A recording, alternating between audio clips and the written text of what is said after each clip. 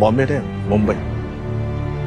आणि हो, मलाही आधी असंच वाटलं होतं. तो फिर ये हुआ कैसे?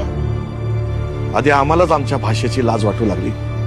आमच्या जमिनीचे सौदे झाले, आमच्या हक्काच्या नोकऱ्या नाकारल्या गेल्या आम्हालाच.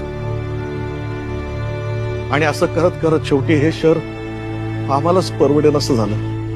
जब ये सब हो रहा था तो क्या आपको इस बात का एहसास नहीं हुआ? जाणवलं होतं ना, पण शेवटी मराठी माणसांनी एकमेकांचे पाय खेचण्यातच बघ ना. तो फिर क्या आप शहर छोड़कर चले गए? नाही, आम्हाला हकललं गेलं, जाणून बुजून पद्धतशीरपणे. काही राज्यकर्ते आमच्या अस्तित्वाची दलाली करत होते आणि त्याला आम्ही विकास समजून आम्ही थंड बसलो.